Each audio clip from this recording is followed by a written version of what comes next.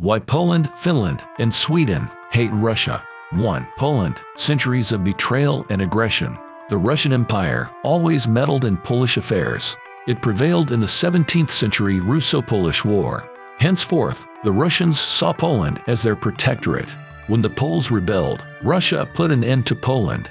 The first partition of Poland took place in 1772. It was followed by the second and third partitions. By 1795, the three partitions had erased Poland from the map. After 1815, several uprisings occurred. They attempted to regain Polish independence and stop the Russification, but it was only after World War I that Poland succeeded. Poland immediately became an enemy of the Soviet Union. Both Stalin and Hitler considered it an illegitimate state. They agreed it had been created by the Allied powers, so they conspired to divide up Poland, which they did in 1939. 1940 was one of the most traumatic events for Poles. The Soviet secret police massacred more than 20,000 people. Every single Polish officer was taken to the Soviet Union and shot. For decades, the Soviets refused to acknowledge it. They blamed the Nazis. Then Moscow made Poland a vassal state. Under communism, Poland was one of the first Soviet proxies to rebel. Its relations with Russia after independence were cautious. Things reached a nadir in 2010. A Tu-154 aircraft crashed near Smolensk, Russia. All 96 people on board were killed, including top Polish officials. The first couple, the chief of staff, the National Bank president, and dozens more. The crew was Russian. There's still no consensus on whether it was an incident. The president, Lech Kaczynski, was a vocal opponent of Putin. 2. Finland. Decades of intimidation. Russia occupied Finland several times throughout history. Finland finally became independent after the Russian Revolution in 1917, but just before World War II. Hitler and Stalin divided up Europe.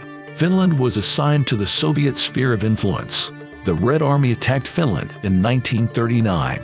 Thus began the so-called Winter War. Technically, Finland managed to fight off the Soviets, but it lost some territory and was left unprotected.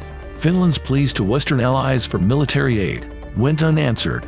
As a result, Helsinki allied itself with Nazi Germany. In World War II, it lost around 10% of its territory to the Soviet Union. In 1944, 400,000 people, or 11% of all Finns, had to be relocated.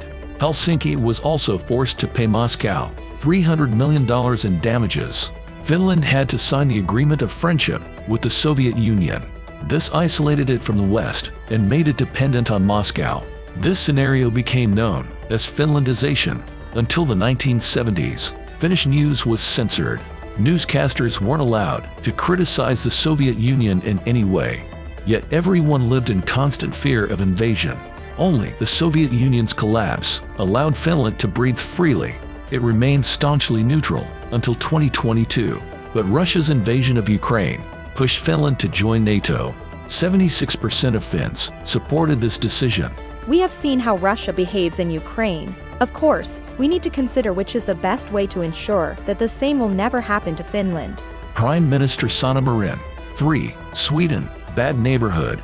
Russia and Sweden have fought 11 wars, but these were all in the imperial era. In the 20th century, Sweden remained neutral, but it often spoke out against human rights abuses in the Soviet Union. There were plenty of diplomatic skirmishes. In 1952, the Soviets downed 2 Swedish aircraft. One was military and the other was civilian. The shoot-downs occurred within a few days of each other. Moscow refused to acknowledge it until 1991. In 1981, a Soviet submarine ran aground in southern Sweden. The submarine was nuclear-armed. After 10 days of tense diplomatic exchanges, the boat was returned. Sweden also condemned Russia's war on Georgia. In 2008, Foreign Minister Carl Bildt compared Russia's actions to Hitler's. In 2021, Russia warned Sweden against joining NATO. A month later, Russia invaded Ukraine. Sweden applied to join NATO alongside Finland in 2022. 63% of Swedes say Sweden should support Ukraine until full victory.